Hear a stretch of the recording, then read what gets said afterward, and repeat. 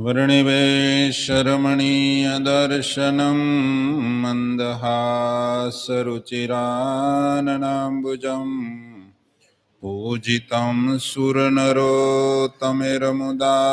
धर्मनन्दनमहमविचिन्तये। ॐ श्री पूर्णपुरुषोत्तमाय नमो नमः। श्री हरिकृष्णाय घनश्यामाय नीलकंठाय श्री सहजानंद स्वामिने नमो नमः।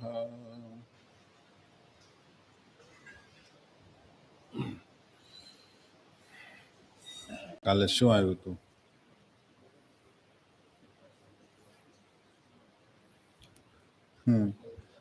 आचारसंहिता આવી હતી ને, થોડું શ્રાદ્ધ પક્ષનું આવ્યું હતું, પછી શયન વિશે આવ્યું હતું. કઈ દિશામાં માથું રાખીને હુવાય? હે, દક્ષિણ અને પૂર્વ. દક્ષિણ બાજુ માથું રખાય ને કાં તો પૂર્વમાં રખાય.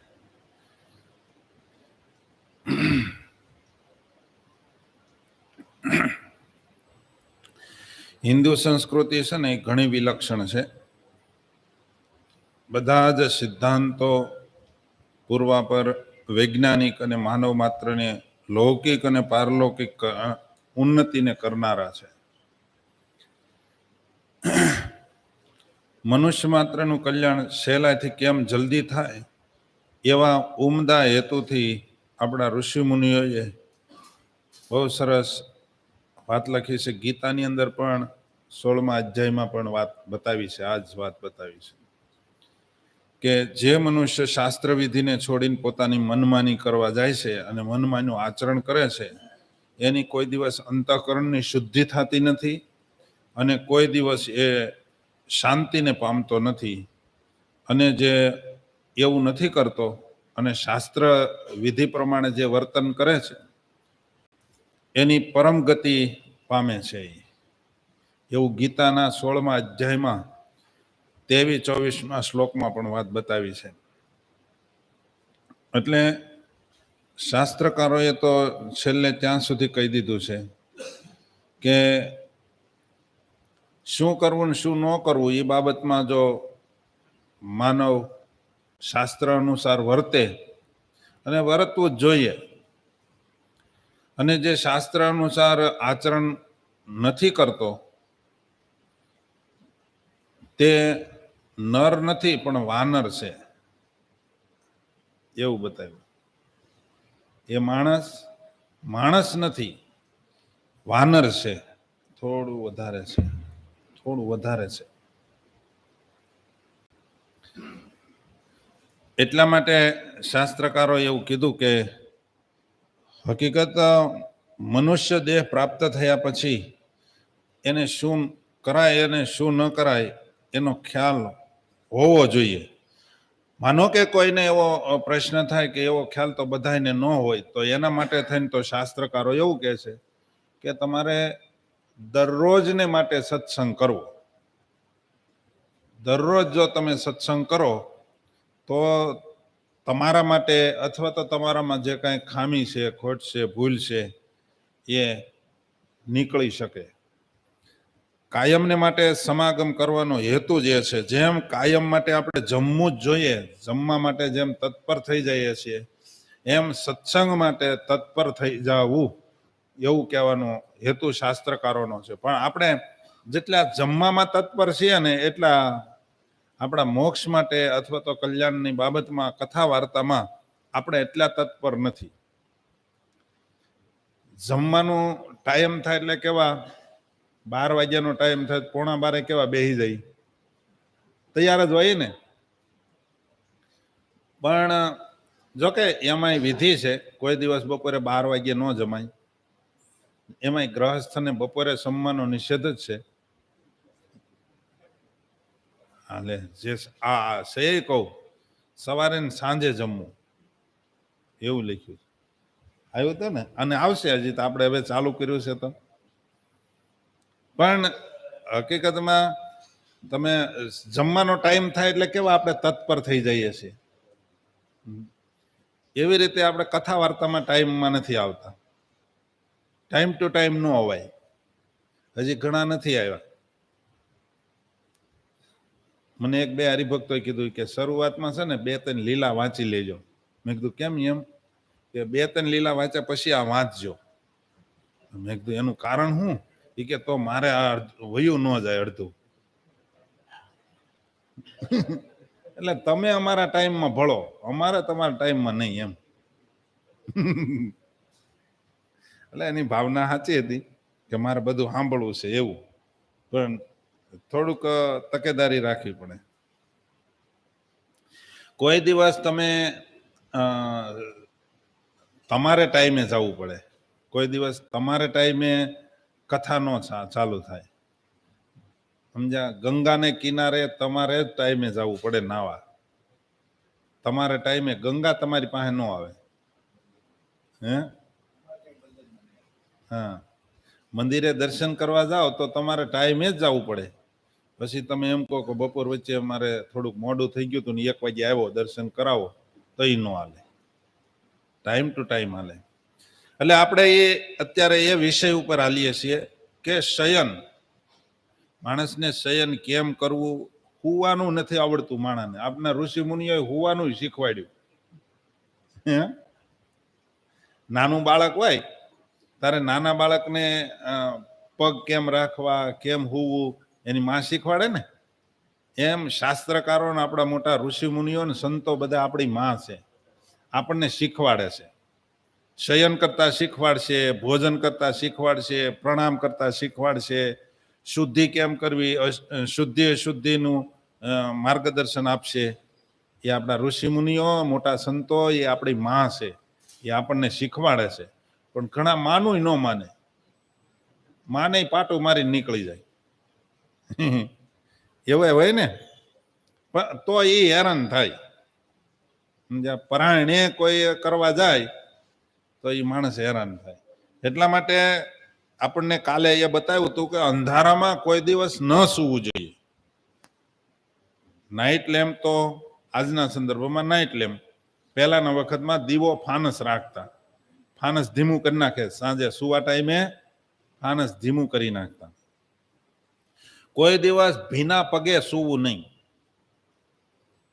જો સૂકા પગે સૂશો, સુવાનું થાય ત્યારે પગને કોરા કરી નાખવા જોઈએ. કોરા કરી અને પછી હુવો તો લક્ષ્મીની પ્રાપ્તિ થાય, નહીતર નહીં થાય. એ વાત આવી હતી. હા. પછી નિદ્રાના સમયે, જો હવે ખાસ સાંજના સમયે સૂતી વખતે સાવધાની શું શું રાખવાની, તો કે મોંમાંથી પાન કાઢી નાખવું. ઘણા પાન ખાતા ખાતા હુઈ જાય. હે? ખોપારીનો કટકો હોય. હે? ઘણા અડધી રાતે જાગે ને તઈ આવતા હોય વચ્ચે. એ ઓલો પડ્યો હોય ને એ નહીં.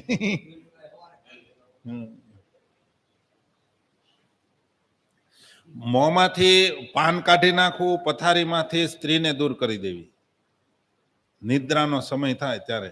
હવે તો બધા ડબલ બેડરૂમ બેડ કરી નાખ્યા. એ પહેલાના વખતમાં નહોતું.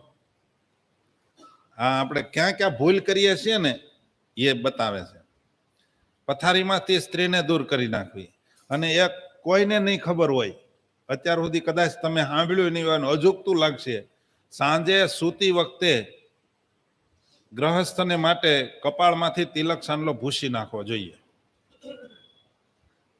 ખબર હતી કોઈને? હે? હા હા, કપાળમાંથી તિલક સાંડલો ભૂસી નાખવો જોઈએ. અને માથામાંથી ફૂલનો ત્યાગ, એટલે કે સ્ત્રીઓ વેણી એવું ગૂંથે ને, તો એ માથામાંથી ફૂલનો ત્યાગ કરી દેવાનો. આ આરામ વખતે, સૂતી વખતે આ દૂર કરી દેવું પડે. એટલી સાવધાની રાખવાની કીધું. અને રાત્રિએ પુરુષને માટે કોઈ દિવસ માથે પાઘડી ટોપી પહેરીને ન હોવું. ઘણા પેલા મોહરીઓ વાળીને હુઈ જતા, ખબર? ટાઈટના. નિષેધ છે શાસ્ત્રમાં. હે? હા, વાહુ ત્યાં તો વાહુ મોહરીઓ વાળીને હોવું પડે, કારણ કે ત્યાં તો જીવડા કાનમાં ખરી જાય. કોઈક પહેલાના વખતમાં એવું હતું, ચોર લોકો આવે તો રાતે સીધો ઘા કરે હોય. હે એના માટે સાવધાની માટે કદાચ કરતા હશે. દિવસે કદી નહીં સૂવું જોઈએ. આમાં કઈ ત્યાગીનું નથી લખ્યું. ઘણા શું કે સાધુને દિવસે હોવાય, તો તમારે હોવાની છૂટી છે. હે હા, છૂટી છે, આમાં બધું લખ્યું છે. જો બધી જ ઋતુઓમાં દિવસે સૂવું નિષિદ્ધ છે, પરંતુ ગ્રીષ્મ ઋતુમાં દિવસે સૂવું નિષિદ્ધ નથી. શાસ્ત્રકારો બહુ દયાળુ પ્રેક્ટિકલ હાલે છે, સમજ્યા? ગ્રીષ્મ ઋતુમાં દિવસે સૂવું નિષિદ્ધ નથી. આના સિવાય પછી કોને હુવું હોય તો હુઈ શકાય? તો કે બાળક હોય, સ્ત્રી સેવનથી કૃષ શરીર હોય, પછી ક્ષયનો રોગી હોય, એટલે શું કહેવાય, ટીબી, પછી ક્ષીણ હોય એટલે પતલો હોય, મદ્યપયાન અને વાહન યાત્રા અથવા તો પરિશ્રમથી થાકેલા, ભોજન નહીં કરનારા, જેણે ભોજન ન કર્યું હોય, અને મેદ, કફ, સ્વેદ, રક્ત, રસ એનાથી ક્ષીણ થયેલા અને અજીર્ણના રોગીને મુહૂર્ત ભર એટલે કે 48 મિનિટ માટે સૂઈ શકે છે. આટલી છૂટી આપી તો હવે વધારે કેટલીક જોઈ કહો? હારા હોય એને તો હુવાય જ નહીં. પછી જેમણે રાત્રિએ જાગરણ કર્યું હોય એને પણ રાત્રિએ જાગરણ જે કર્યું હોય એને, જે રાત્રિએ તમે હુતા હો એનાથી અડધો સમય સૂઈ શકાય. રાત્રિએ તમે કેટલી કલાક હુવો છો? 4, 6, વધારે નહીં. એથી વધારે હુવે એ રાક્ષસી ઊંઘ કહેવાય. શાસ્ત્રકારોએ 6 કલાક આપી છે. વિજ્ઞાને 8 કલાક, 2 કલાક વધારી. શાસ્ત્રમાં 6 કલાકની ઊંઘ છે. એથી વધારે ઊંઘ એ હિત કરતા નથી. એને પછી રોગ આદિકનો થવાનો સંભવ ખરો. એટલા માટે પછી રાત્રિએ 6 કલાક હુતા હો તો 3 કલાક તમે સૂઈ શકો દિવસે, જાગરણ કર્યું હોય તો. પછી રાતના પહેલા અને પાછલા ભાગમાં પણ ઊંઘવું નહીં જોઈએ. શરૂઆતમાં દી આઠમો નથી કે ઢળ્યા નથી એમ નહીં. હે 9 વાગ્યા પહેલા સુવાનું નહીં, અને પાછલા ભાગમાં એટલે કે 3 વાગ્યા પછી સુવું નહીં. હે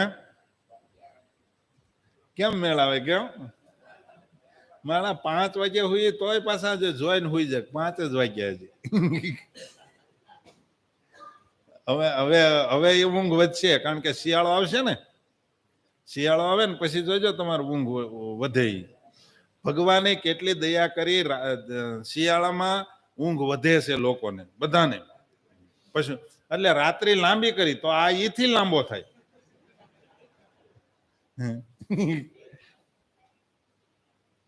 એટલે રાતનો પહેલો અને ચોથો પ્રહર છોડીને બીજા અને ત્રીજા પ્રહરમાં જ સૂવું ઉત્તમ છે.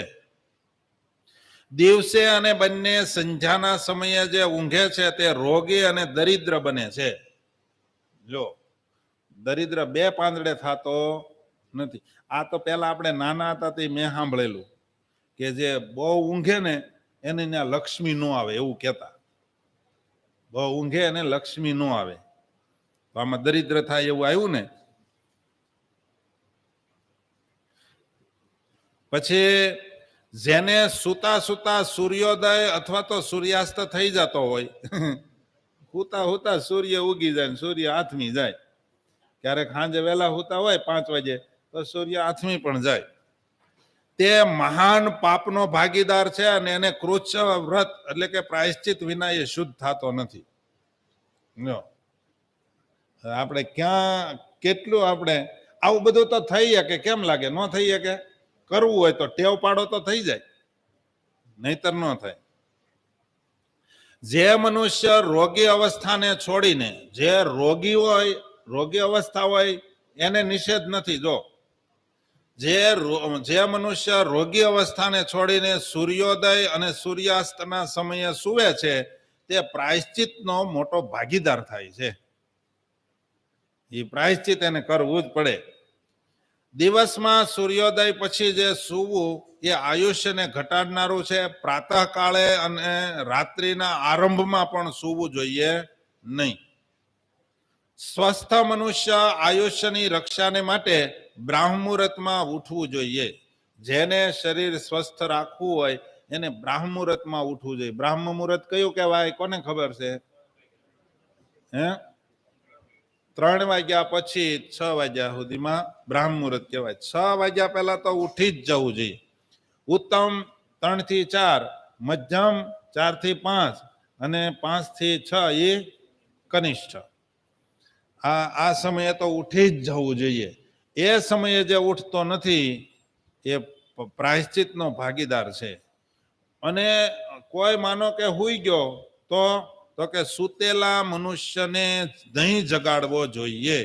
કોઈ દિવસ સુપ્તમ ન પ્રબોધયેત, એને કોઈ દિવસ સૂતેલાને જગાડવો નહીં. પ્રબોધવું એટલે જગાડવું, એને જગાડવો નહીં. હુઈ ગયો મર હુઈ ગયો. પણ શાસ્ત્રકારો એમ કીધું વિદ્યાર્થીને જગાડવો, પછી નોકરને જગાડવો. નોકર હુઈ ગયો એને જગાડી શકાય. પછી પથિક એટલે કે યાત્રાળુ હોય, રસ્તે ચાલીને જવાનું હોય ને પછી એને એ હૂતો હોય તો એને પાછો જગાડવામાં દોષ નહીં. ભૂખથી પીડિત હોય, ભૂખ્યો હૂતો હોય તો એને પણ જગાડી શકાય. પછી ભયભીત હોય, ભયભીત ને ઘણા સપનામાં લવતા બી ગયો હોય અને છાતી ઉપર હાથ રહી ગયો હોય તો બહુ લવારી કરે ને રાયડું નાખે, ભાગો ભાગો, ને ભયભીત થઈ ગયો હોય એને હલબલાવીને જગાડી દેવાય. સમજ્યા? પછી ભંડારીને જગાડવો, નહીં તો ખાહો હું ભંડારીને જગાડવો. એટલે તમારે તો ભંડારીને જગાડવા નહીં પડતા હોય, એ પેલા જાગે. પછી દ્વારપાળને જગાડવો. દ્વારપાળ હોય ને એટલે કે ગુરખો આપણી ભાષામાં શું કહેવાય, એને જગાડવો જોઈએ. એ હુઈ જાય એ સારું નહીં. બરાબર? આટલી વ્યક્તિને હુતેલાને જગાડે. બાકી કોઈ હુઈ ગયો હોય તો કોઈ દી, એમાં કોઈ મોટા પુરુષ હોય, આપણાથી કોઈ મોટા પુરુષ હોય એને કોઈ દી જગાડાય નહીં, એવું શાસ્ત્રમાં આવે છે. મોટા પુરુષને નહીં. આ શયન વિશે આપણને બતાવ્યું. હવે બહુ ઊંડી રહસ્યની વાત આવે છે. મળમૂત્રનો ત્યાગ કરવા જઈએ ત્યારે શું કરવું એનું બતાવે છે. કેવું શાસ્ત્રમાં આપણને વાંચીએ ત્યારે આપણને કલ્પના બહાર કે આ કેવું સંતોએ આપણને શીખવાડ્યું છે. દિવસે ઉત્તરની તરફ અને રાત્રિએ દક્ષિણની તરફ મોં કરીને મળમૂત્રનો ત્યાગ કરવો જોઈએ. લ્યો, હવે એ તો હજડબમ થઈ ગયું છે.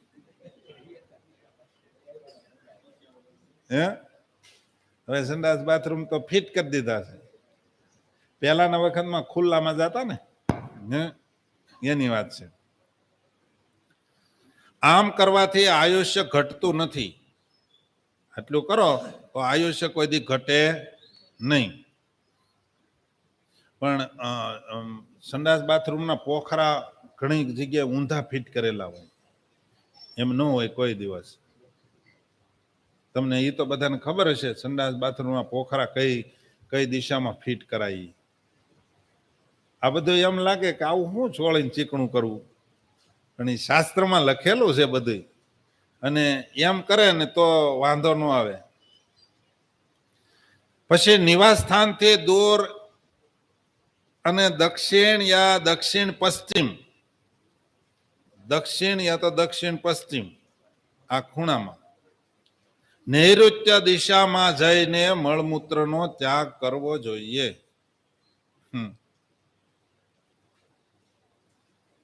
અને હવે એક થોડુંક વધારે કડક આવે છે.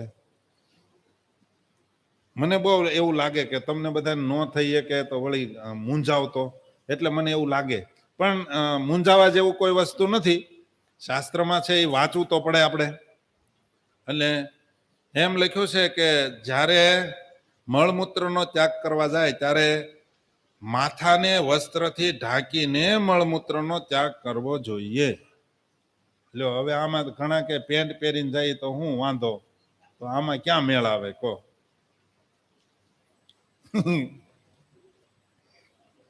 કેમ લાગે? આપણે હવે કહો, એકાંતિક કોણ કોણ છે?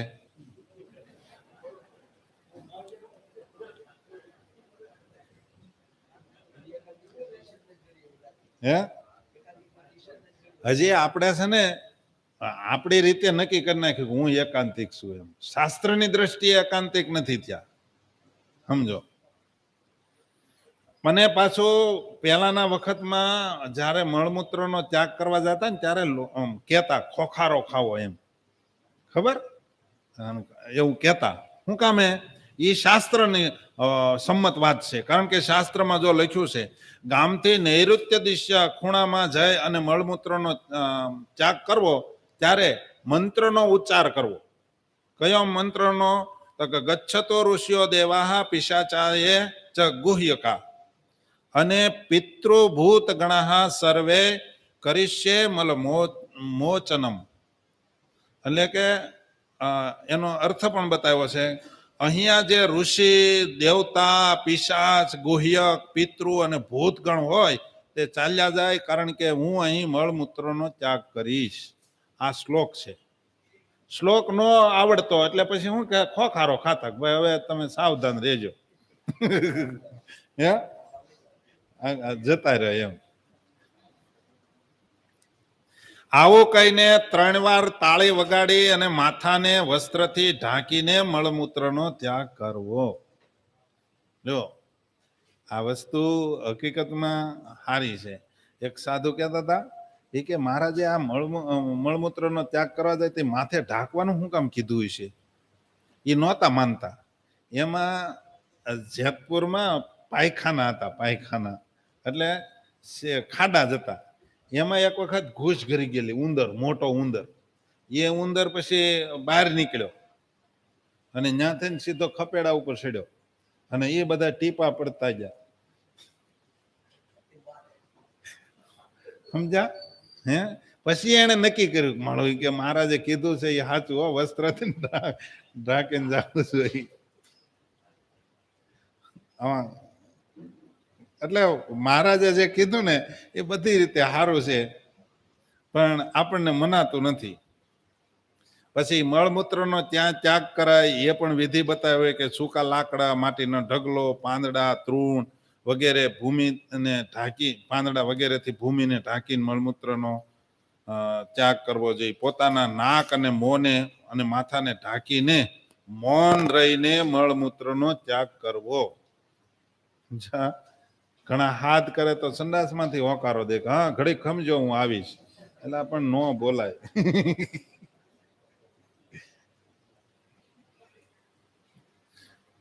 એક બીજું અત્યારે સુધરેલ જમાનામાં આ એક આવી ગયું છે. સુધરેલ જમાનામાં આ એક દેખાય છે. જોડા અને પાદુકા પહેરી અને છત્રી લઈને અંતરિક્ષમાં મળમૂત્રનો ત્યાગ નહીં કરવો જોઈએ.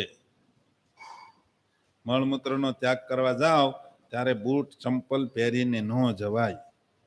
અત્યારે મોટા ભાગે બૂટ ચંપલ રાખ્યા હોય છે સ્પેશિયલ એના.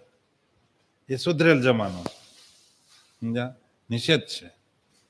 અમે ઘણી જગ્યાએ ક્યાંક બહાર ગયા હોય, ત્યાં ગ્રહસ્થની ઘરે ક્યાંક જવું પડ્યું હોય ને, તો હું કે સ્વામી જો અહીંયા ચંપલ પહેરે, આ ચંપલ પહેરીને જાયજો. ન પહેરીને તો કે સ્વામી ચંપલ પહેરો, ચંપલ પહેરો, ચંપલ પહેરો. હે નિષેધ છે. એના પછી આનો વિધિ થાય ને પછી થોડુંક શાસ્ત્રોક્ત બીજી વાતો આવશે. મળમૂત્રના ત્યાગના સમયે જોર જોરથી શ્વાસ લેવાય નહીં અને ઊભા રહીને અથવા તો ચાલતા રહીને પણ મળમૂત્રનો ત્યાગ ન કરવો.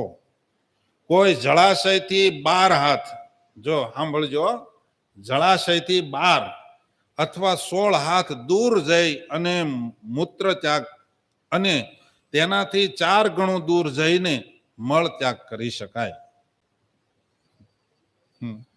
સમજ્યા? અને અગ્નિ, સૂર્ય, ગાય, બ્રાહ્મણ, ગુરુ, સ્ત્રી, ચંદ્રમા, આવતો પવન અને જળ અથવા તો દેવાલય એમની તરફ મુખ કરીને, એટલે કે એમની સન્મુખ મળમૂત્રનો ત્યાગ ન કરવો. જો કે એ તો હવે આ બધું તો નથી મેળવતા, કારણ કે અગ્નિ, પવન એ તો બધું આપણે પેક થઈ ગયું હોય, ઘરે જ થઈ ગયું. પહેલા તો ખુલ્લામાં જતા ને, એના માટેનું છે. એટલા માટે જે સ્ત્રી પુરુષ સૂર્ય અથવા વાયુની તરફ મોં કરીને પેશાબ કરે છે અથવા તેના ગર્ભમાં આવેલ સંતાન પડી જાય છે, એવું લખ્યું. આ મહાભારતમાં લખ્યું છે, સમજ્યા? એટલા માટે જે સૂર્ય, અગ્નિ, ગાય અને બ્રાહ્મણોની તરફ મોં કરીને પેશાબ કરે છે તેમની બુદ્ધિ અને આયુષ્ય નાશ પામી જાય છે. હવે એક મોટામાં મોટી આ હરિભક્તો બહુ મોટી ભૂલ કરે છે. હવે શૌચ કેમ કરવું? શૌચ એટલે શુદ્ધિ. શુદ્ધિ કેમ કરવી એ ખાસ આજના સમયે શીખવા જેવું છે. સંડાસ જઈને 17 વખત હાથ કેટલા ધોવે? આપણી શિબિર જ માનવાની હો. હા, શિબિર જ છે આ. તમે આપણે ઓલું નહીં. એટલે શિબિરમાં બધું શીખવાડવાનું હોય. શરૂઆતમાં આવ્યો ને મને એમ હતું કે આપણે આ બધું શીખવાડીએ. પહેલાના વખતમાં શિબિરમાં શીખવાડતા. હવે તો પબ્લિક કેમ ભેગી થાય શિબિરમાં અને કેમ ઝાઝુ દાન ભેગું થઈ જાય એની હલાહલીમાં પડ્યા બધા.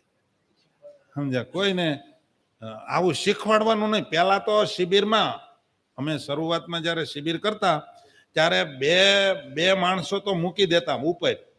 17 વખત કેમ હાથ ધોવા, કેમ માટી નાખવી, કેમ પગ ધોવાની માટી નાખવી, એ બધી જુદી જુદી ઢગલી કરાવતા. કેમ હાથ ધોવા, એક જણો સ્પેશિયલ બોળે ને બોળે હોય, કોઈ ભૂલ કરે એટલે એને શીખવાડતો. આ શિબિરનો હેતુ હતો. એ હેતુ ઉડી ગયો અને પછી જેમ ઝાઝી પબ્લિક ભેગી થાય એવું મીડ્યા કરવા, અને ઝાઝામાં પછી કાંઈ હરખું હોય નહીં.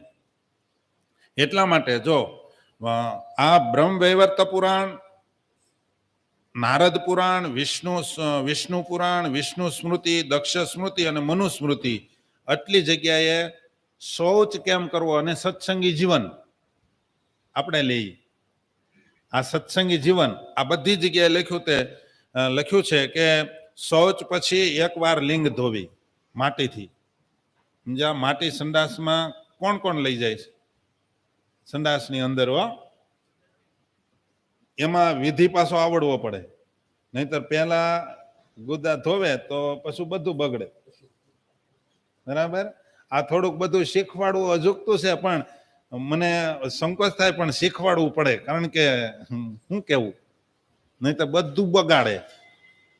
તમે 17 વખત હાથ ધોતા હોય, આ ક્રિયા ન કરતા તો એ નહીં છો તમે. પેલા એકવાર લિંગ માટીથી ધોવી. અને હકીકત આ જે ક્રિયા કરતા હોય ને એને જ સોળે કહેવાય ને, એને જ રહોડામાં ઘરાય.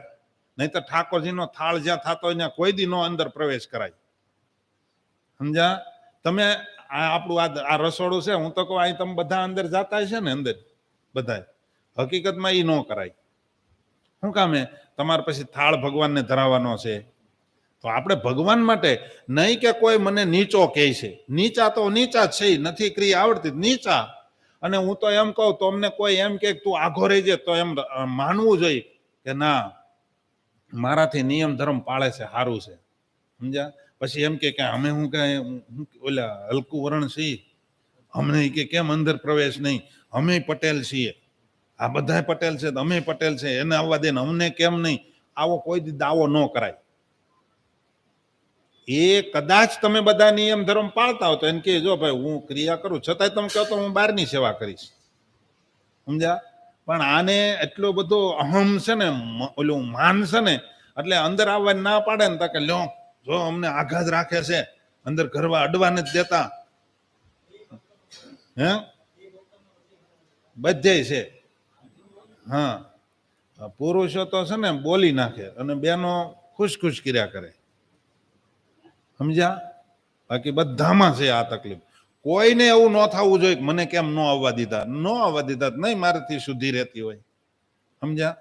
એના માટે થઈ એકવાર લિંગ ધોવી, 3 વાર માટીથી ગુદા ધોવી, અને પછી ડાબા હાથમાં 10 વાર માટી નાખવી.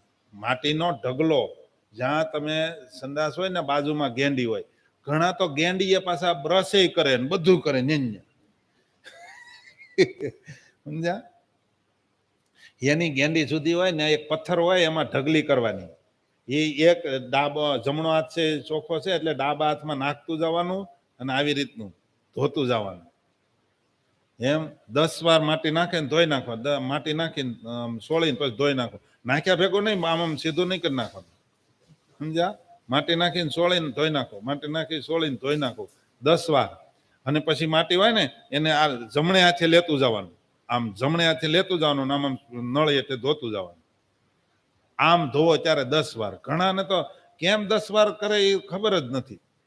10 વાર એટલે કે એક વાર ડાબો હાથ ધોઈ નાખે ને પછી બધા ભેગા કરીને ઠેઠ લગી 17 વખત બે ભેગા કરીને જ ધોવે. એક હરિભગત ને જોઈ ગયા કે પાછા અંદર નો આવવા દે તો દુઃખ થાય. સમજ્યા? અમારા સંડાસ બાથરૂમ ની અંદર અમે હરિભક્તોને પ્રવેશ એટલા માટે ન કરાવી, કારણ કે ક્રિયા નો અડતી તમારા નાવાનો નળ, કોગળા કરવાનો નળ નહીં, તમે બોળે કરો. સમજ્યા? પછી આમ કર્યા પછી 7 વાર બે હાથ ભેગા કરીને ધોવાના. માટી આમ જમણે હાથે લેતું જવાનું હો, પાછું ત્યાં પર ડાબો નહીં દેવાનો, જમણે હાથે લેતો જવાનો અને ધોવાનું. પછી 3 વાર પગના તળિયા ધોવાના.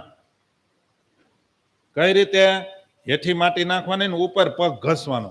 નહીતર ઘણા આમ પલોઠી વાળીને બેસી જાય ને પછી આમ ઓલા બળદ ને મીઠું દે ને એમ નહીં, પેલાના વખતમાં મીઠું દેતા બળદ ને એમ. હે એટલા માટે અહીંયા હેઠે ઢગલી કરવાની, એની ઉપર પગ મૂકીને ધોવાનું. પણ ઘણા શું કરે, એક જ ઢગલીમાં 2 પગ ધોવે. તો હવે તમારો એક પગે તો ઓલી માટી બગાડ નાખે, વળી બીજો ધોય તો એ તો એનું રહ્યું. સમજાય? 2 પગની જુદી જુદી નાની નાની ઢગલી કરીને એની માથે પગ નાખીને ધોવાનું. આપણે હવે તો શિબિર ક્યાંય થવાની નથી, અને થાય તો આપણે કઈ જવાનું છે નહીં. શું કયો? એટલે આપણે આ શિબિર, એ જે સિદ્ધાંત થી બહાર હોય ને આ શિબિર હોય, કથા હોય ને આ જવાનું હોય નહીં. કદાચ સાંભળતા છે અને એમ લાગશે કે આ ના પાડે શિબિરમાં આવવાની, ના જ પાડીએ છીએ, જવાનું જ નહીં. હે એ શિબિર જ નહોતી, એ તો રૂપિયા ઉઘરાવા માટે દિવાળીએ બધા તમે પેલો પગાર છેલ્લો પગાર મોટો આવ્યો હોય ને તો દાન કરતા હતા, એટલે કરતા હતા બધા દિવાળી મહિનામાં. અને એ તમને કોઈને આંખ ઉઘડી નહીં. ચંદુભાઈ બરાબર ને? અને 3 વાર પગના 3 વાર પગમાં માટી લગાવીને અલગ અલગ, જો આમાં લખ્યું છે અલગ અલગ માટી લગાડીને ધોવી જોઈએ. એક ઢગલીમાં 2 પગનો આમ સોળવા. સમજ્યા? અને પગના તળિયા જ ધોવા, પછી આમ ન ધોવું, આમ પગે 2 પગને આમ ન કરવા, નહીતર હેઠેનું ઉપર તમે લઈ આવ્યા. સમજ્યા? પગથી પગ ન ધોવાય, પગથી પગને ન ધોવાય. ઘણા આમાં પગ કરે ને, એ પગને તળિયેથી બીજા પગ ઉપર ઘસે, એમ કોઈ દી ન ધોવાય. એ સત્સંગી જીવનમાં ના છે. શૌચનું આ વિધાન ગ્રહસ્થીઓને માટે અને બ્રહ્મચારીઓને માટે આનાથી બમણું. આ શૌચનું વિધાન ગ્રહસ્થ માટે છે અને બ્રહ્મચારી માટે આનાથી બમણું, વાનપ્રસ્થ માટે આનાથી 3 ગણું અને સંન્યાસી માટે આનાથી 4 ગણું છે. લ્યો, નવરા ન થાય એવું કોણે કીધું? એટલે હું કાયમ તમે સંડાસમાં 7, 8, 10 વાર જાવ છો? હે એ તો જે ટાઢો હોય એ તો 17 વખત ધોવાનું કીધું તોય બપોર કરે. અમારે એક પાર્ષદ થવા આવ્યા હતા, ઠવીથી પાર્ષદ થવા આવ્યા હતા. તો એ હું હાથ ધોતા કીધું ને 17 વખત ધોવા પડે. એ કે એટલું બધું ધોઈ તો હાથની ચામડી વહી જાય ને. એ કે લ્યો, પછી દિવસમાં શૌચનું વિધાન એનાથી અડધું રાત્રિએ છે. જે આ દિવસનું શૌચ વિધાન છે ને એનાથી અડધું રાત્રિએ કરી શકાય. સમજ્યા? રાત્રિએ પૂરી આના જેટલી પૂરી શુદ્ધિ ન થાય તો હાલે. હે પણ સંન્યાસીને ક્યાં બીજું કઈ કામ હોય? એને રસોડું ન કરવાનું. હા એ બમણું એમ જ ને. હે હા એ ધૂળ કેટલી લેવી ને એ આવશે આમાં. માટી કેટલી લેવી ને એ આવશે આમાં આગળ. જો આ બધું આવશે આમાં. માટી તમે જે એટલે લીંબુ જેટલો ઢગલો કરીને પછી 17 વખત એમાં હાથ ધોવો એ તો ખાલી ખોટે ખોટું કોકને છેતરો છો. આમાં ઈ આવશે કેટલી માટી લેવી ઈ. જો આ બધું પાળવું હોય તો સુરત મૂકી દેવાય, ગામડામાં રહેવાય. ત્યાં કોઈ માટી હલવાય જ નહીં.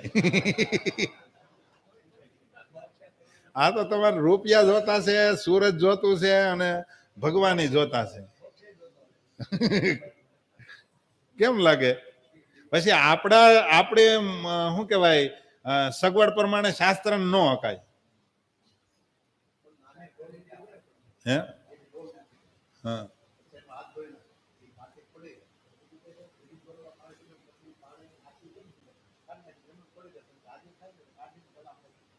હા ગટરમાં ન જાય એવું કરાય ને. વિધિ તો આપણે બધો કરવો હોય તો થઈ શકે, પણ હવે દિવસમાં જે શૌચનું વિધાન છે એનાથી અડધું રાત્રિએ કરવું જોઈએ. અને રોગીને માટે એનાથી અડધું. રોગી હોય, ચક્કર આવતા હોય, દાખલ કર્યો હોય, એને પાછું એનાથી અડધું છે. એને પછી કે ના હજી 17 વખત આ ધો નથી પૂરું થયું, ત્યાં ઓલો પડી જાય હેઠો. બરાબર. અને યાત્રામાં તો એનાથી અડધું. યાત્રામાં એનાથી અડધી શુદ્ધિ છે. હવે નાભીથી નીચે ડાબા હાથથી અને નાભીથી ઉપર જમણા હાથથી કામ લેવું જોઈએ. નાભીથી ઉપરની ઇન્દ્રિયો બધી શુદ્ધ છે, એટલા માટે ત્યાં જમણો હાથ અને નાભીથી નીચે બધો ડાબા હાથથી કામ લેવું જોઈએ. પછી તેથી શૌચ પછી ડાબા હાથની શુદ્ધિ કરવી જોઈએ. એટલા માટે 10 વાર ડાબો હાથ ધોવાનો કીધો. પછી એમાં માટી કઈ કઈ લેવી જોઈએ? આપણે ગમે ત્યાંથી ભરી આવીએ છીએ ને, હે એ લખ્યું છે જો, જળની ભીતરની એટલે જળ પાણીની અંદર, પછી દેવાલયની, ઉધઈની, સાપના રાફડાની, ઉંદરની, ઉંદર દ્વારા એકઠી કરવામાં આવેલી હોય, શૌચથી બચેલી હોય, આ માટીનો ઉપયોગ નથી કરવાનો. એની વાત લખે છે. સમજ્યા? ઘણા શું છે મોટી ઢગલી કરે ને પછી અડધું એમનો લબ્ધો મૂકીને વહી આવે. એ કે હવે બીજાને કાયમ આવશે. એ નો હાલેલા તારી માટી. સમજ્યા? ના ધોઈને સાફ કરી નાખવું જોઈએ. એટલે એ બતાવ્યો જો એની શૌચથી બચેલી હોય, રસ્તાની હોય, સ્મશાનની હોય, સ્મશાન ભૂમિની હોય, પછી ખારી જમીનની હોય, ઘરની દિવાલની હોય. ઘણા દિવાલે સોપડી હાથ ધોઈ નાખે. ઓલાને ઘણાના દિવાલે ગારે જ ન કરવી પડે.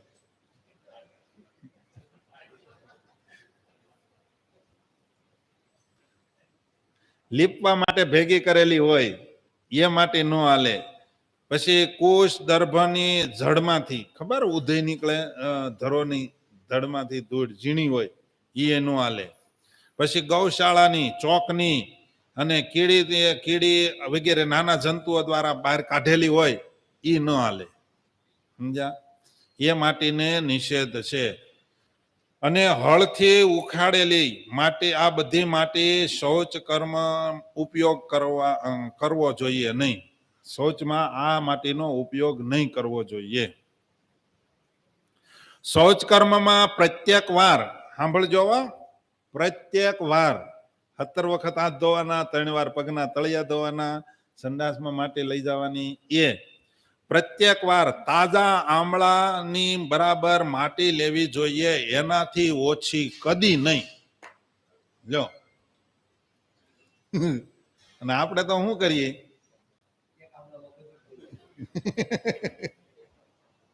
આપણને એમ લાગે કે આ બધું થોડુંક વધારે પડતું. આ જો દેવી ભાગવતમાં છે ને સ્કંદ પુરાણમાં લખ્યું છે. એટલે આ બધું શ્લોકો હું નથી બોલતો, બહુ સમય જાય એટલે ગુજરાતી લઉં છું, પણ એના શ્લોકો છે જ આમાં. મળ ત્યાગ પછી 12 વાર અને મૂત્ર ત્યાગ પછી 4 વાર કોગળા કરવા જોઈએ. આ કોણ કરે છે? ઘણા તો મોજા જ નથી કાઢતા, તો કરો કોગળા ની ક્યાં કરો? મોજા પહેરીને જ જવાનું. અને ભોજન પછી 16 કોગળા કરવા જોઈએ. એ આપણી દાંતની શુદ્ધિ માટે છે, સમજ્યા? ભોજન પછી 16 કોગળા, મૂત્ર ત્યાગ પછી 4 અને સંડાસ ગયા પછી 12 કોગળા કરવા જોઈએ. આ બધી શુદ્ધિ કરતા હોય ને પછી દાવો કરવાનો મને કેમ રહોડામાં ન આવવા દે. હું તો કહું અહીંયા બધે બોર્ડ મારી દો.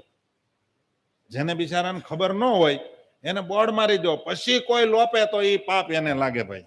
હા બરાબર. આપણે તો કહી દીધું કે આમ આમ કરવાનું, આમ આમ શુદ્ધિ રાખતા હોય એને અંદર પ્રવેશ, એવું બધું લખી નાખો.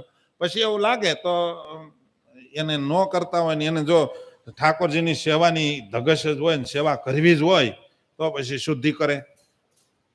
બાકી આપણે એને કઈ બીજો ફોર્સ નથી કરવો. સામે દેવતાઓનો અને જમણી બાજુ પિતૃઓનો નિવાસ હોય છે. આપણી સામે દેવતાઓનો વાસ હોય છે અને જમણી બાજુ પિતૃઓનો વાસ હોય છે. આપણે જ્યાં ઊભા હોય બાથરૂમમાં ત્યાં. તેથી મુખ નીચું કરીને કોગળા ડાબી બાજુ ફેંકવા જોઈએ. કોગળા કરો ને એ કેમ કરવા કોગળા? તો કે હેઠું જોઈને ડાબી બાજુ કોગળા નાખવા જોઈએ, સમજ્યા? અને જમણી બાજુ પિતૃઓ છે તો તમે કોગળા કરો તો કોની ઉપર જાય? અને સામેની સાઈડ દેવતા છે, એટલે નીચું જોઈ અને ડાબી બાજુ કોગળા કરવા જોઈએ. અઘરું છે કે નહીં કલ્યાણ? બધા ક્યાં દુના વાતો કરે છે. આપણે અક્ષરધામમાં બેઠા ને અક્ષરધામમાં બેઠા. એક બાજુ બીજી વાત એવી પણ આવે છે સમાજમાં અને જગતમાં, બધા એમ કે મોક્ષ કરવો, ભગવાનને માર્ગે હાલવું એ તલવારની ધાર ઉપર હાલ્યા જેવું છે, ખાંડાના ખેલ છે કહે છે ને. તો આપણે જે વ્રત એ ખાંડાના ખેલ છે કેમ લાગે? આપણે તલવાર ઉપર હાલીએ છીએ. હે આ બધું કરવાનું જયારે થાય ને તો એમ લાગે મારું વહમું છે અને શું કહેવાય ખાંડાના ખેલ છે, તલવારની ધાર ઉપર હાલ્યા જેવું છે. જેવું તેવું નથી. અને આ બધું કરીએ તો મોક્ષ થાય. આપણે કઈ કરવું નથી ને કેમ મોક્ષ ન કરે? અઘરું છે. એટલે જેનું અંતઃકરણ શુદ્ધ નથી તે દુષ્ટાત્મા મનુષ્ય 1000 વાર માટીથી લગાડીને અને 100 ઘડા પાણી વડે ધોવાથી પણ શુદ્ધ નથી થતો. લે જા કીધું ન સોટ્યો તો. અંતઃકરણ જેનું શુદ્ધ નથી, સમજાય? પેટમાં મેલ ફેર્યો છે, ખુલ્લા દિલનો નથી, અંદર હું પેટમાં કાતી, આપણી ગામડી ભાષામાં શું કહેવાય? પેટમાં કાતી છે, અંદર કપટ છે, રાગદ્વેષ છે, અને શું કહેવાય છળ કપટ છે, દંભ છે. એ કદાચ શું કીધું એ 1000 વાર માટેથી હાથ ધોવે અને 100 ઘડાથી પાણીથી ધોઈ કરે તો એ શુદ્ધ થતો જ નથી. હજી કડક કીધું. આ એમાં લખ્યું છે, આ લખ્યું છે દક્ષિણ સ્મૃતિમાં. હવે સ્કંદ પુરાણનું પ્રમાણ સાંભળો. એ તો વળો એથી અઘરું છે કે પેટમાં તમારા પેટમાં પાપ છે, વિશ્વાસઘાતી, કપટી, શું કહેવાય બધા દોષો વાળો હોય એના માટે કહે છે જો સઘળી નદીઓના જળ અને પર્વતના સમાન માટી લઈ અને કોઈ મરણ સુધી બાહ્ય શુદ્ધિ કર્યા કરે પણ જેનો ભાવ શુદ્ધ નથી તે શુદ્ધ થતો જ નથી. 100 જન્મ 100 વર્ષ સુધી જીવે કે 60 વર્ષ જીવે એ હાથ જ ધોયા કરે, સંડાસ જઈને હાથ જ ધોયા કરે, ગમે એટલી શુદ્ધિ કરે અને કેટલી પર્વતની જેટલો ઢગલો કરીને ધોયા કરે. અને પાણી પાછું બધી પવિત્ર નદીઓનું લઈ આવવાનું, બધી નદીઓનું પાણી લઈ આવવાનું અને હાથ ધોયા કરે તો એનો ઘણા શું કે ખબર? ભલે ને બિચારા નથી થોડીક ભૂલ થઈ પણ એને થોડુંક કપટ રાખે છે, રાગ દ્વેષ છે, પેટમાં કાતી છે, પણ નિયમ ધર્મ તો હારા પાળે છે ને. શું કે આ કેમ સ્કંદ પુરાણનો શ્લોક છે, સમજાણું હવે? આમાં કદાચ નિયમ ધર્મ પાળી પાળીને તૂટી જાય, પણ પેટમાં કાતી છે ને કોઈ દી ચોખ્ખો ન થાય. નિયમ ધર્મે તમે બધા ભાળો એવા જ હોય, પણ અંદરથી ન હોય. બાહ્ય રીતે બધા હરિભક્તોને એક સાધુ તો કે આવું બધું ન શીખવાડાય. આ 17 વખત હાથ ધોવાનું બધી શુદ્ધિ મેં શીખવાડે ને, સંડાસમાં માટી લઈ જવાની, તો સાધુ મને ફરી વેળા બધાય મને કે આવું બધું ન શીખવાડાય, કે આવું જાહેરમાં કયો તો ખરાબ લાગે. એટલે આ શીખવાડશે કોણ? તો કોણ શીખવાડશે? શાસ્ત્રમાં લખ્યું છે કે આમાં ગાળ તો છે નહીં. ગાળ્યું છે કેમ લાગે?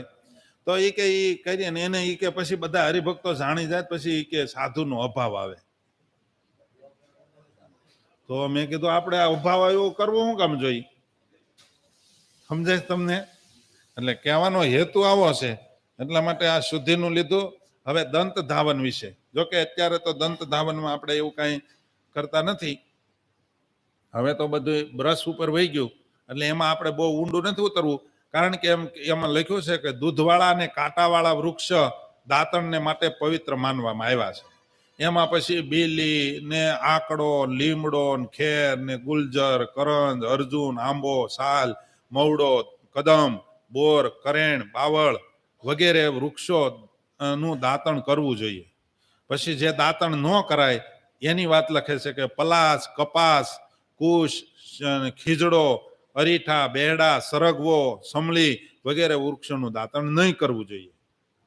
આટલા વૃક્ષોનું દાંતણ નહીં. હવે તો બ્રશ થઈ ગયા બધાને.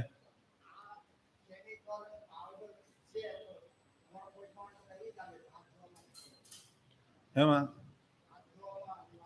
હાથ ધોવામાં પછી જો આ બધી વસ્તુ કેવી છે, અમુક વસ્તુ લોકાચાર, શાસ્ત્રાચાર અને શું કહેવાય કુળાચાર એની ઉપર હાલે.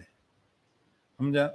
એટલે પછી થોડોક લોકાચાર લેવો પડે, નહીતર તમે મુંબઈ કે વિદેશની અંદર જાઓ તો ત્યાં કેમિકલથી જ હાથ ધોવાના આવે છે 17 વખત. પછી એની સિસ્ટમ પ્રમાણે આપણે 17 વખત, પણ એનો એ કેમિકલ ઘણા હાબુ વાપરે છે, એ ખોટું. કારણ કે એક વખત તમે આ હાબુ લીધો ને આમ ધોઈ નાખ્યો, બરાબર, વળી પાછો મૂકી દીધો ને પાણી આપતા ને પાછું એનો એ હાબુ લીધો, તો તમે ગમે એટલી વખત ધો, હાબુ બગડ્યો પણ તમારા હાથ ચોખ્ખા ન છે. સમજાણું? હા, તમારે હાબુથી ધોવાય તો ના નહીં, પણ 17 હાબુ રાખવાના. એક વખત ધોઈને ગાર્બેજ કરી દેવાનું. હે? હા. એમાં પલાસની ડાળીનું દાંતણ કદી નહીં કરવું જોઈએ. પલાસ એટલે ખાખરો, ખાખરો કેહુડો, શું કે? હા, એનું દાંતણ નહીં. તુરા, કડવા અને તીખા રસવાળું દાંતણ આરોગ્યદાયક છે, એ તો બધાને ખબર હોય. પછી મહુડાના દાંતણથી પુત્રનો લાભ થાય છે. તો સાંભળજો, આકડાના દાંતણથી નેત્રોને સુખ મળે છે, અને બોરના દાંતણથી પ્રવચનની શક્તિ મળે છે, પ્રવચન કરવાની. અને બૃહતિનું દાંતણ કરવાથી મનુષ્ય દુષ્ટો પર વિજય મેળવે છે. બીલી અને ખેરના દાંતણ કરવાથી ઐશ્વર્યની પ્રાપ્તિ થાય છે. કદમથી રોગોનો નાશ થાય છે. અતિમુક્ત સાર, હું કહેતો હતો ને અતિમુક્તનું, અતિમુક્તિના દાંતણ કરવાથી ધનનો લાભ થાય છે. આ મેં લખીને મોકલ્યો ને તો ધણે નાટી બોલી, એ કે આ દાંતણ ક્યાં મળે, એ ઝાડવું ક્યાં છે? સમજ્યા? એક વાર દાંતણ કરવાથી ધન નો આવે, કાયમ કરે તો ધનની પ્રાપ્તિ થાય. આ જોયું છે અતિમુક્ત? જોયું કે અહીંયા? હે, બતાવું તો તમે ચાલુ કરશો પાછા? ના ના, બતાવું, વાંધો નહીં. તમે રૂપિયા વાળા થાવ એમાં અમારે સારું જ છે ને, બરાબર ને? અમારે ભિક્ષાવૃત્તિ કરવા જવું નહીં, તો કે જાતા જ નથી.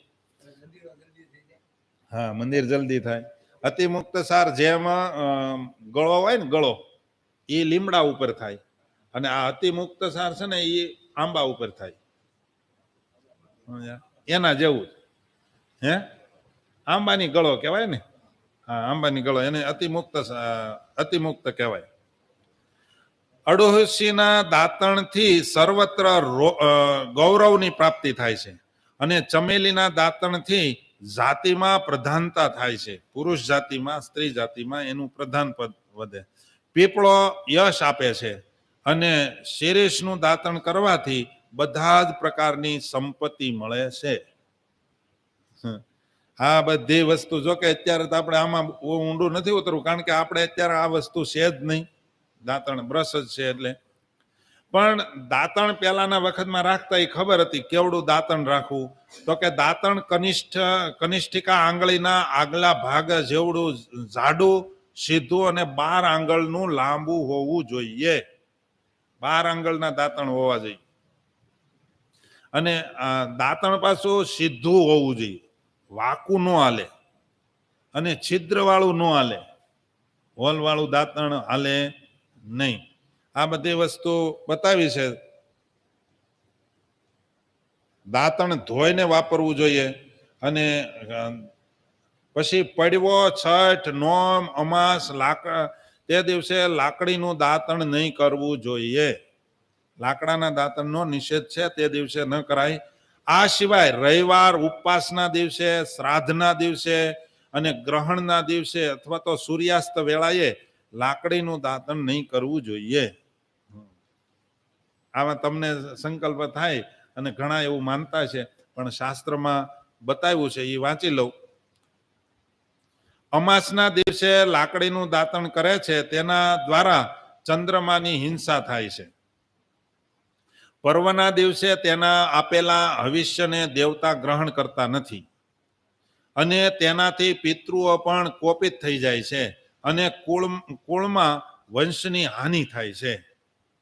અને હવે જો દાંતણને માટે લાકડી ન મળે તો દાંતણને માટે નિષિદ્ધ દિવસો હોય, એટલે કે રવિવાર, અમાસ, છઠ, નોમ, પડવો, બરાબર, તે દિવસે એકાદશી, તે દિવસે ન મળે, નિષિદ્ધ દિવસો હોય તો તે સમયે 12 અથવા તો 16 કોગળા કરી લેવા. બરાબર. અથવા તો હજી એનો વિકલ્પ આપ્યો શાસ્ત્રમાં, વિહિત વૃક્ષોના પાંદડા, વિહિત જે નિષિદ્ધ જે પ્રતિપાદન કરેલા પાંદડા, એને ચાવીને પણ દાંતણ કરવું જોઈએ, મુખની દુર્ગંધ નીકળી જાય. અથવા તો સુગંધી મંજન વગેરે દ્વારા દંત ધાવન કરવું જોઈએ. અથવા તો અત્યારે જે આપણે કરીએ છીએ ને, આયુર્વેદિક રાખવું બને ત્યાં સુધી, એનાથી કરી શકાય. લાકડાનો દાંતણનો નિષેધ છે, પણ આનાથી કરી શકાય. હવે આ જગતની અંદર બહુ એક ખોટી રીતિ પ્રવર્તી ગઈ છે, તેલ છોડવાની વાતો. પડવો, છઠ, આઠમ, 11, 14, પૂનમ, અમાસે શરીર પર તેલ નહીં લગાડવું જોઈએ. આ બહુ ટૂંકું છે, નાનું છે, કહી દઉં.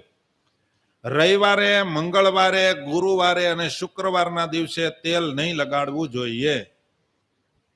ઘણા ઊંધું સમજે છે, શનિવારે તેલ નહીં લગાડવું, શનિવારે તેલ ન નખાય, ઊંધું છે. આમાં હવે બતાવે, જો રવિવારના દિવસે તૈલાભંગ કરવાથી કલેશ થાય છે. તૈલાભંગ એટલે છોડવું, તેલ છોડવાથી એનાથી કલેશ થાય છે. સોમવારે તમારી ક્રાંતિ વધે છે, સોમવારે તેલ નાખો તો. મંગળવારે વ્યાધિ થાય છે, બુધવારે સૌભાગ્ય પ્રાપ્ત થાય છે અને ગુરુવારે નિર્ધનતા આવે છે અને શુક્રવારે હાનિ થાય છે, બધી રીતને તમારી હાનિ એટલે પડતી થાય. અને શનિવારે સર્વ સમૃદ્ધિની પ્રાપ્તિ થાય છે તેલ નાખો તો. એમ બોલે શનિવારે તેલ ન નખાય, તેલ ન સોળાય. આ ક્યાંથી લઈ આવ્યા છે ખબર નહીં. હું કીધું શાસ્ત્ર નિષિદ્ધ.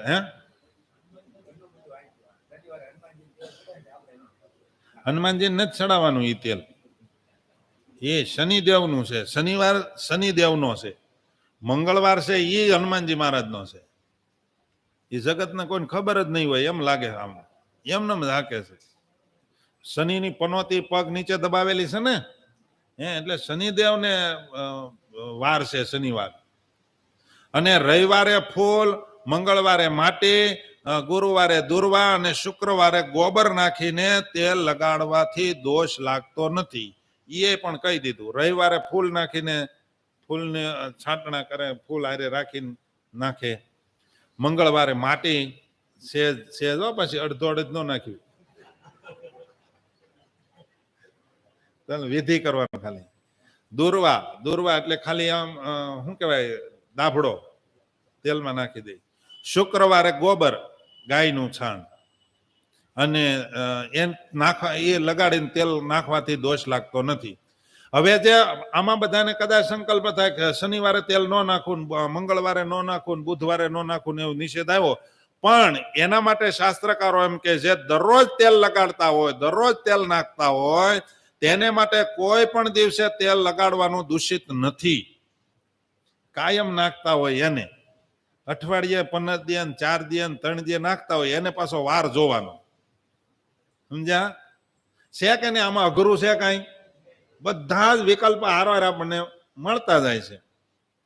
જે તેલ સુગંધી, અત્તર વગેરે વાસવાળું હોય, સુગંધ વાળું હોય, તેને લગાડવું. પણ કોઈ દિવસે દૂષિત તેલ નહીં લગાડવું જોઈએ. ગંજ આવે એ કે આપણે ત્યાં ક્યાં ઊંઘવું છે માથા ઉપર, એમ નહીં. કોઈ દૂષિત નથી. અને સરસવનું તેલ ગ્રહણના સમયે સિવાય બીજા કોઈ પણ દિવસે દૂષિત થતું નથી. સરસવનું માથા પર લગાડતા બચેલા તેલને શરીર પર નહીં લગાડવું જોઈએ. ઘણા તેલ નાખ્યા પછી હાથ છે ને આખા શરીરે આમ સોપડી દે. શિયાળામાં ખાસ હાથ ફાટે નહીં, શરીર ઉપર ન લગાડાય. હવે સ્નાન કેમ કરવું? બધા નાવતો છો ને? નાતા તો હોય જ ને. તો કેમ નાવું એ શીખવાડ્યું જો આપણા ઋષિ મુનિઓએ. આ તમને અઘરું નથી પડતું ને? જાણવા મળે હો. આમાં જેટલું આપણાથી થાય ને એટલું ચાલુ જ કરી દેવું. અઘરું એક કે નથી, બધું થઈ એક એમ છે. પણ સ્ટેપ બાય સ્ટેપ પગથિયા ચડવા, જડતાથી ન ચડવા. સમજ્યા? સ્નાન કર્યા વિના જે પુણ્ય કર્મ કરવામાં આવે છે તે બધું જ નકામું થઈ જાય છે અને એને રાક્ષસ લઈ જાય છે. સમજ્યા? સ્નાન કરીને જ બધું કામ કરવાનું હોય. હવે બીજું, ખરાબ સ્વપ્ન જોવાથી સ્નાન કરવું જોઈએ. હજામત કરવાથી સ્નાન કરવું જોઈએ. ઘણા નહીં કરતા હોય, ઘણા હજામત કરી લે ને પછી મોઢું ધોઈ નાખે ખાલી. એ ઓલા શું કે વાળંદે હાબુ સોંપડ્યો હોય એટલે, નહીં તો એને જ ધોવે. ઘોડા થઈ જાય ને એટલે ધોવે. સ્નાન કરવું જોઈએ. અને એ કહી દઉં, સત્સંગી જીવનમાં લખ્યું છે કે ત્યાગીને મહિને મુંડન કરવાનું હોય અને તમારે 15 દિવસે હોય. આ તો દરરોજ હોર્યા હોર થાય. ઉઠ્યો નથી કે ત્યાં બ્રશ પછી લે. હવે કો લ્યો આમાં બધાય કે સાધુ બગડ્યા, સાધુ બગડ્યા. તમે સુધરી ગયા? એટલે તમને મારો કહેવાનો હેતુ, સાધુ બગડ્યા નો ડાઉટ બગડ્યા છે, પણ તમે પાછા સુધર્યા તો નથી જ ને. એમાં વાક અમારો પણ થોડોક વધારે છે, કારણ કે અમે તમને સાચું કીધું નહીં. સમજ્યા? નહીતર ગ્રહસ્થ એટલા બધા નીચા ન ઉતરી જાત. હજામત કરવાથી પણ સ્નાન કરવું જોઈએ. ઉલટી થવાથી સ્નાન કરવું જોઈએ. સ્ત્રી સંગ કરવાથી પણ સ્નાન કરવું. શમશાનમાં જવાથી પણ વસ્ત્ર સાથે સ્નાન કરવું જોઈએ. સમજ્યા? શમશાનમાં જઈ આવો એટલે સ્નાન કરવાનું. પછી તેલ લગાવ્યા પછી સ્નાન કરવું.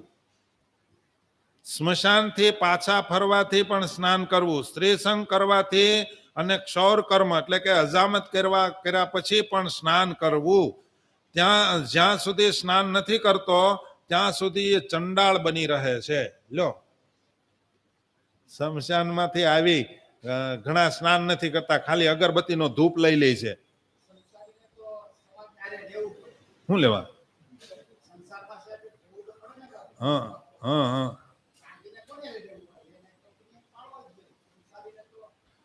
તમારે એમ માનીને ઘરે નથી જવાનું, છૂટી નથી તમારે.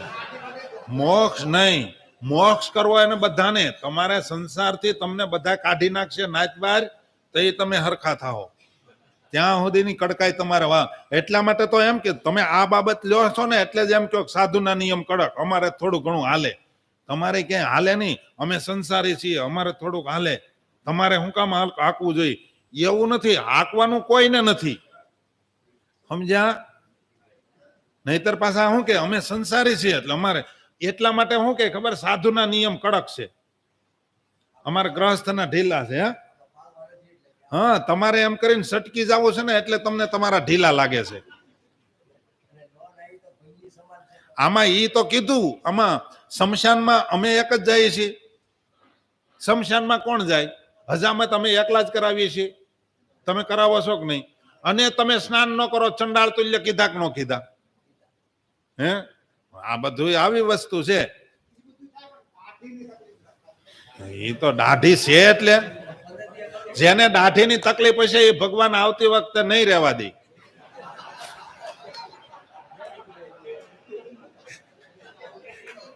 એટલે ખોટું છે.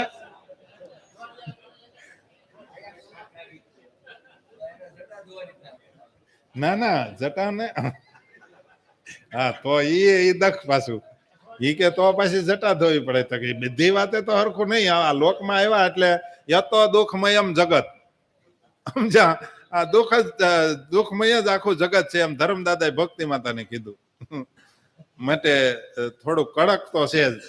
અને આમાંથી આપણે છૂટી મેળવવા મળ્યા છીએ ને, છૂટી મેળવતા શીખી ગયા છીએ ને, એટલે જ આપણા બધાના નિયમ ધર્મ બધું જતું રહ્યું, સમજ્યા? હવે થોડીક આ વાત કરું છું ને તો મારે જીભ ઝાલીને બોલવું પડે છે, નહીતર એમ થાય એટલું બધું કડક કરશો તો કોઈ મંદિરે નહીં આવે. પણ એવા બગડેલા મંદિરમાં લાવીને શું છે, સમજાય છે? ચોખા થાય અને જેને ખટાકો બોલી જાય કે તો એ હાજો થઈ જાય.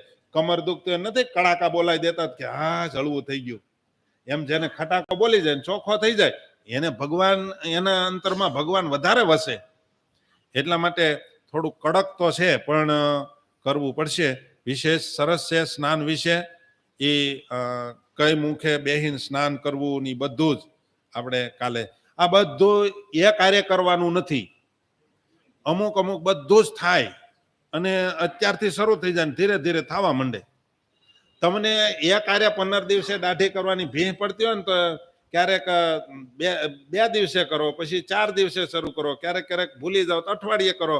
એમ કરતા કરતા વયાદા તમને ખબર નહીં પડે. ગોપાળાનંદ સ્વામી વાતોમાં લખ્યું, ભેંસને ધાબા ઉપર ચડાવવી હોય તો સડી જાય ખરી તમારાથી, પણ ગોપાળાનંદ સ્વામીએ રીતિ શીખવાડે એ પ્રમાણે કરો. તમે ભેંસને તમારે ખભે બેહારીને ધાબે ચડાવી શકો. કઈ રીતે? તો કે જ્યારે જન્મે, પાડરું જન્મે ત્યારથી એને કાયમ દિવસમાં 2 વાર 5 વાર ઉપર લઈ જવાની, નીચે લાવવાની, કાયમી. ભેં થઈ જાય ને તોય તમને ખબર નહીં પડે કે મારામાં શક્તિ વધી ગઈ, સમજાય? એમ ધીરે ધીરે કરવા મળશો તો આ બધું જ થવા મળશે. પણ તમે એમ માનો કે ભેં નો સડે ને આપણે આમ ન થાય, આ બધા નિયમ ધર્મ હળું હળું કરતા કરશો તો બધું જ થવા મળશે. અઘરા કોઈ નથી. શાસ્ત્રકારો કોઈ એવા નિષ્ઠુર નહોતા, ઋષિ મુનિઓ કોઈ નિષ્ઠુર નહોતા, પણ આપણી માયકાંગલાતા છે હાવ, અને આપણે બંગડીયું પહેરી લીધી હોય એવા હાવ ઢીલા થઈ ગયા છીએ. એટલે પછી થોડુંક અઘરું પડે, પણ અઘરું નથી મારા મત પ્રમાણે. પછી તો કોઈને લાગતું હોય તો ખબર નહીં, બાકી અઘરું છે નહીં. તમને કેમ લાગે બધાને અઘરું છે? કરવું હોય એને અઘરું નથી, બાકી ન કરવું એને તમે 3 વખત હાથ ધોવાના કરો તો કે ખાલી ધોઈ નાખી તો હાલે, એ એમ કાઢી નાખશે, બોલો, સમજ્યા? એવું છે. માટે આગળની કથા આપણે કાલે જોઈશું. સહજાનંદ સ્વામી મહારાજની. શ્રીપતિમ શ્રીધરમ સર્વદેવેશ્વરમ ભક્તિધર્માત્મજમ વાસુદેવમ હરિ માધવમ કેશવમ કામદમ કારણમ સ્વામિનારાયણમ નીલકંઠમ ભજે. આ બધા ધર્મ નિયમ જયારે ભૂહાઈ ગયા હતા ને ત્યારે જ ભગવાનનું પ્રાગટ્ય છું, સમજ્યા? અને આ ધર્મ નિયમ દ્રઢ તો જ થાય. મહારાજે સત્સંગી જીવનના 4થા પ્રકરણમાં લખ્યું કે ધર્મ અદ્રશ્ય થઈ જાય છે. જ્યારે અધર્મી લોકો ઝાઝા પ્રગટ થાય ત્યારે ધર્મ અદ્રશ્ય થઈ જાય, વળી પાછા કોઈ ધર્મવાન પુરુષ પ્રગટે તો વળી પાછો ધર્મ આવે છે, હાજર થાય છે. એટલા માટે ધર્મ છે એને તો પાળવો જ રહ્યો. સ્વામિનારાયણ સ્વામિનારાયણ સ્વામિનારાયણ.